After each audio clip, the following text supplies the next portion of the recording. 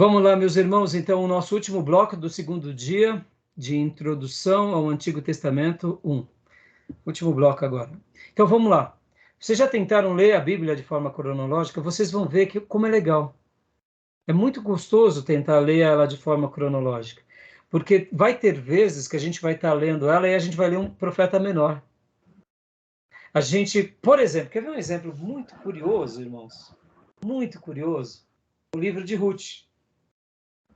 O livro de Ruth, que episódio que ele está, o livro de Ruth? O senhor fala em que momento da história? Que momento da história? Deixa eu pedir ajuda dos universitários aqui. Vamos lá, vocês sabem que período que ele está ou não? Irmão Júnior, Gil, irmã Cleusa? Estão na Babilônia? Não. Babilônia é Esther. Depois da Babilônia, né? É do Persa ali já. Livro de Ruth é período dos juízes. Período dos juízes. Ou seja, que interessante, né? É interessante esse detalhe. Porque vem Josué, vem o período dos juízes, em algum momento da história de juízes, tem a história de Ruth, mas não foi registrada pelo escritor de Juízes. Possivelmente, quem registra e faz Ruth é o profeta Samuel. Interessante, não? Pastor, mas por que ele é o profeta Samuel? Porque no finalzinho de Ruth vai dar a ideia de que da descendência de Boaz vem o rei de Israel. Dá essa ideia de que ele sabia essa correlação. Mas então, o livro de Ruth se dá em algum momento da história dos juízes, possivelmente no final. Quando a gente lê o livro de Ruth nesse episódio, muda toda a nossa compreensão, né? Não é? Uhum. Então, por exemplo, pensem vocês no povo oriental. Eles, vamos supor, né? Eles têm o jeito deles de pensar. O ocidental tem o jeito dele de pensar. Então, organizar a Bíblia, ou de forma cronológica, ou como temas, teria um problema. Outra pergunta, agora que achou aí nos universitários, Pastor Johnny? Então, eu estou justamente nos juízes, mas, bom, até o momento eu não achei. Ruth, mas então, e Ruth? Não, justamente, é porque na ordem cronológica ele já está contando o fato dos juízes, né? Sim. E aí Ruth, talvez seja uma deficiência minha aqui. Mas pode ver que vem Juízes, né? E depois de Juízes vem o livro de Ruth, não é isso? Ah, bateu aqui, ó. Pronto. O quê? Não, justamente, né? Na minha Bíblia cronológica, por exemplo, tem Juízes 3, 4, já vem Ruth 1. Aí, Então. Ruth capítulo 2, 3 e o 4, e aí vai intercalando com Juízes 4, Juízes 5. Entendeu? Isso aí.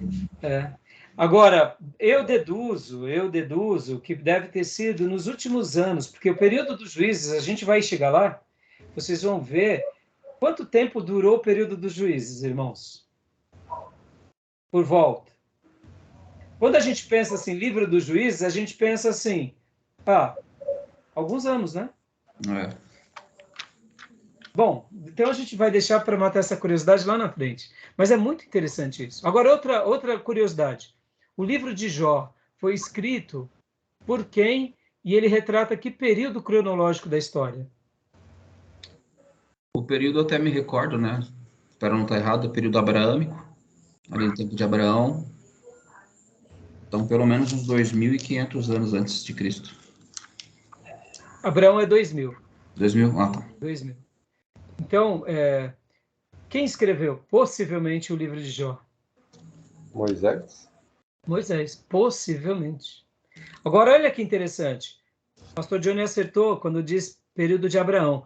É o período dos patriarcas. Em qual época? Na época de Abraão? Na época de Isaac, de Jacó? Não sabemos. Mas era daquela era patriarcal. Pastor, a gente vai chegar lá. Mas olha que legal. Então, imagine você ler a Bíblia cronológica, de repente você está lendo Gênesis, e aí, antes de acabar Era para ter as ação. histórias ali de Jacó, aí vem Jó. Você fala, mas Jó? Aí volta a história de Jacó, e aí vem José do Egito. Você fala, mas tá certo isso, pastor? Possivelmente. Cronologia. Entendeu? Interessante, né? Quando Há a umas gente olha a inferências, né? cronologia... Hã? Há umas inferências que o período de Abraão, pela cidade, por algumas conquistas. Exatamente, né? Então, voltando aqui para o nosso slide, a disposição dos livros do Antigo Testamento. Então, por isso que, ó, quando o Novo Testamento, Jesus, os apóstolos vão falar sobre o Velho Testamento, ele fala: vocês não viram nas leis, nos profetas e nos escritos? Era porque era a divisão dos judeus, irmãos. Estão entendendo? Ó, Torá, Nevim e Ketuvim. Lei, Torá, os profetas, Neviim e os escritos, Ketuvim. Então, quando Jesus, os apóstolos, estão falando, mas vocês não viram nos profetas? Não viram nos escritos? Não viram na lei? Eles estavam fazendo a síntese do quê? De todo o Velho Testamento, da ordem que eles tinham deixado. Interessante, né? Exato. Fantástico, né? Para eles, tudo isso era a palavra de Deus. Os escritos, que eram os livros poéticos, históricos e os 5 rolos, os profetas e a lei, eram tudo palavra de Deus. Então, leia para nós agora, irmão Pastor Johnny, por gentileza. Informações adicionais. As 3 correntes do judaísmo. Ortodoxos são os que cumprem estritamente os 613 preceitos estipulados pela lei judaica, conhecidos como Halachá. Reformistas criticaram diretamente a Torá como possível de ser alterada de acordo com as transformações do mundo, adaptando assim às novas realidades. Conservadores. Eles mantêm o que consideram ser os 3 pilares da religião: a lei judaica, a esperança de libertação nacional e a utilização do hebraico como língua do povo. Surgiram no século XIX como consequência do impacto das mudanças da modernidade sobre a religião. Então, aqui é uma informação importante adicionais sobre as 3 correntes maiores sobre o judaísmo. A gente não vai gastar muito tempo sobre isso, porque o foco maior aqui é a introdução do Antigo Testamento, mas é importante vocês saberem como que eles pensam, quais eram as correntes predominantes, tá bom? Elementos essenciais à compreensão bíblica. Leia para nós, Gil, por favor. Elemento histórico, elemento cultural, elemento geográfico, elemento literário, revolucional e teológico. Por que esses assuntos são importantes, irmãos? Se a gente quer compreender a Bíblia, se a gente quer compreender essa introdução ao Velho Testamento e ao Novo, é importante que esses elementos façam parte dessa cosmovisão, ou seja, dessa maneira que a gente enxerga a Bíblia, na história, na cultura, na geografia, na literatura, na revelação. Sim, não tinham profetas? Não tinham salmos, que eram canções, não tinham escritos de sabedoria, não deixa de ser uma revelação sagrada. E na teologia, como Deus se comunicou. Por exemplo, a circuncisão é um ato teológico. Deus disse, façam isso, porque vocês fazendo isso demonstrarão que são meus, que nós temos uma aliança. Então, todos esses elementos fazem parte para que a gente possa compreender a Bíblia, tá bom? E o Pentateuco?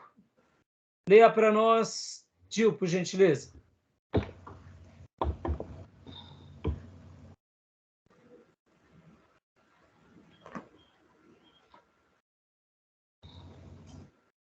Gil? Por gentileza. Está sem áudio. Desculpa, pensei que estava... E eu não estava te vendo, por isso que eu não falei. O Pentateuco. Os primeiros 5 livros atribuídos a Moisés, chamados de Torá ou livros da lei, no Antigo Testamento é chamado de a lei, livro da lei, livro de Moisés. Vou falando entre parênteses, ô pastor? Não precisa. Livro do Senhor, lei de Deus, livro da lei do Senhor. Então, olha só, é interessante saber desses detalhes para que a gente possa saber dos sinônimos que eles são chamados, né? O Pentateuco, ele poderia ser traduzido como a lei, o livro da lei, o livro de Moisés, o livro do Senhor, o livro de Deus e o livro da lei do Senhor. Quando qualquer uma dessas palavras fossem mencionadas, elas estariam sendo atribuídas ao quê? À lei, ao Pentateuco, aos primeiros 5 livros de Moisés. Então, era muito comum isso entre o povo judeu. E até no Novo Testamento. Você não viu que está na lei? O livro de Moisés, o livro do Senhor, eles estão se referindo ao Pentateuco. Pode ver que aqui são várias passagens, ó, Josué, Esdras, Neemias, Reis, 1 Crônicas, 2 Crônicas. Então, sabe quando hoje nós falamos, vamos ler a Bíblia, irmãos? O que diz as Escrituras? Vamos ler os Evangelhos? Vamos ler Mateus? O que diz a biografia do Mestre? Entendeu? São adjetivos que tratam do mesmo assunto, se tratando do Pentateuco. Tá bom? Alguma dúvida até aí? Pastor, no Salmo 119, 97, 98, até o 104, o salmista, do meu ponto de vista, ele está enaltecendo a palavra de uma forma extraordinária. Só que ele faz alguns comentários a respeito da palavra. Ele chama de mandamento, ele chama de preceito, ele chama... que mais? De lei. Aqui, eventualmente, ele está querendo dizer a mesma coisa. Ou tem alguma outra coisa aqui que está obscuro aos meus olhos? Não. É exatamente isso. O Salmo aí é o Salmo de Davi. Ele está falando da revelação especial de Deus, que é a Bíblia, que ela é mais preciosa do que o ouro e mais desejável do que qualquer outra coisa. Só que antes de destacar a lei de Deus, Davi fala o seguinte, que os céus proclamam a glória de Deus e o firmamento anunciam a obra da sua mão. Um dia discursa outro dia, assim como o noivo vai ao encontro da noiva, assim ao sol. Ele começa a falar da criação, mostrando que a criação ela é exuberante, ela é gloriosa e ela revela a majestade do Criador. E aí vem Davi e diz o seguinte: no entanto, há algo mais extraordinário do que a criação, que é a lei de Deus, que é a palavra de Deus, que são os mandamentos de Deus. Quem deles se apropria, recebe mais sabedoria, é o que eu mais desejo, eu busco mais do que o ouro. E aí ele continua enobrecendo, mostrando, olha, se a criação ela é estupenda, a lei de Deus, a revelação especial, ela é extraordinária e incomparável. E quando ele faz esse discurso, ele está enobrecendo toda a lei de Moisés e toda a história dele. Lembra o que eu já disse para vocês aqui no passado? Qual era a Bíblia de Davi? Na igreja eu costumo usar isso imensas vezes. Porque quando a gente pensa qual era a Bíblia de Davi, a gente tem que se lembrar que Davi tinha pelo menos entre 7 e 8 livros. Davi ele não conhecia, por exemplo, a história de Samuel. A história de Samuel estava sendo contada. Exato. Ele conhecia Samuel. E ele via Samuel como o homem de Deus que está revelando a palavra de Deus. Qual era a Bíblia de Davi? A Bíblia de Davi era Ruth, a Bíblia de Davi era Juízes, a Bíblia de Davi era Samuel, a Bíblia de Davi era Jó, e a Bíblia de Davi era os 5 livros de Moisés. Existia antes dele, né? E só isso que existia antes dele. E o que mais? Mais nada. Mas quando nós lemos Davi, a maneira em que ele amava, a maneira que ele adorava a Deus, a impressão que dá é que Davi conhecia todos os salmos. A impressão que dá é que Davi conhecia todos os livros de sabedoria. A impressão que dá é que Davi já tinha caminhado, inclusive, com o Novo Testamento e com Jesus, porque ele vive na graça. Então, Davi, ele enobrece a lei. Que lei que ele conhecia? A Torá, o Pentateuco. Mas para Davi não havia diferença entre o Pentateuco e a boca de Samuel. Porque para ele, Josué, Samuel, Juízes, eram todos homens de Deus. Então, quando ele discursa sobre isso, ele está falando a mesma coisa, enobrecendo o mesmo assunto. Para melhorar isso, a gente vai ver algo bem parecido no Salmo 119.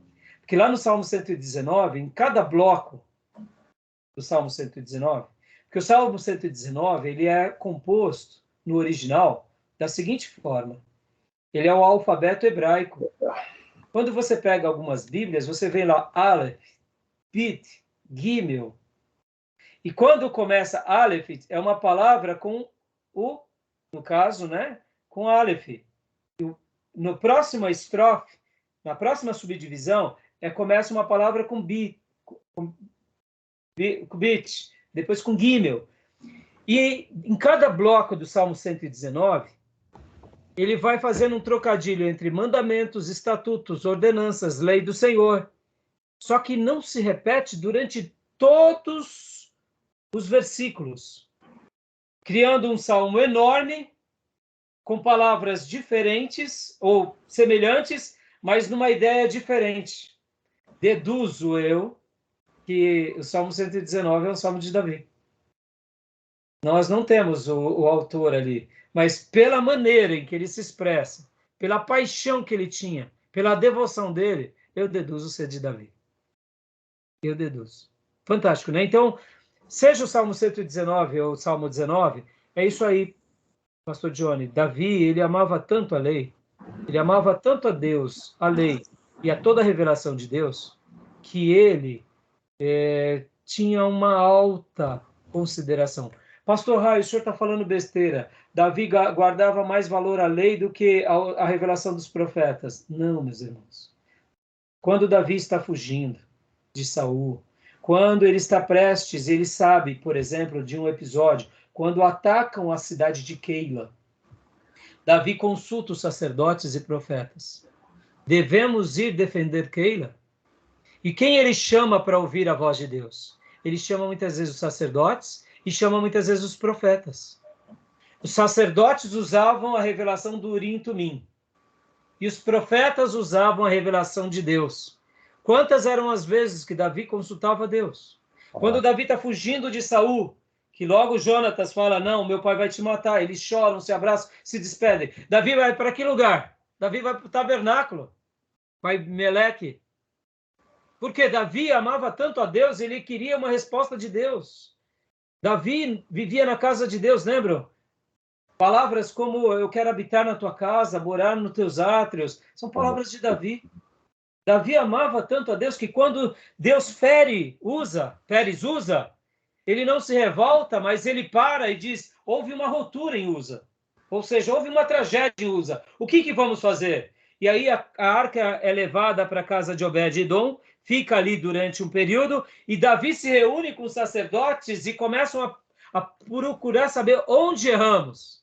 E aí eles veem que erraram, porque a arca não podia ser levada num carroção, tinha que ser levada nos ombros de levitas. Lá em Crônicas, Davi diz e afirma, Davi fala, olha, porque nós não consideramos que são os levitas, então agora são os levitas que levarão a arca. O que Davi está falando, irmãos? Olha, isso é fantástico. Davi consulta a lei, Davi consulta o sacerdote, Davi consulta o profeta, e até mesmo enquanto ele está com o coração empedernido debaixo do pecado, vem Natan e fala da parte de Deus. É você, Davi, aquele pelo qual cometeu todos esses delitos. Davi ouvia de Natan como se fosse o próprio Deus, porque ele acreditava que aqueles homens eram profetas de Deus para a vida dele. Davi não era autossuficiente, que estava acima dos profetas e dos sacerdotes. Davi era um rei ungido, mas que trabalhava em harmonia junto com os reis, junto com os sacerdotes, e levitas e profetas. Fantástico, né, irmãos? Isso é autoridade, né? Você vê, Saul desprezava a palavra, Davi amava a palavra. A palavra e a autoridade dos profetas, né? Entendeu? Pode ver, irmãos, quem é truculento com o pastor, é truculento com a lei.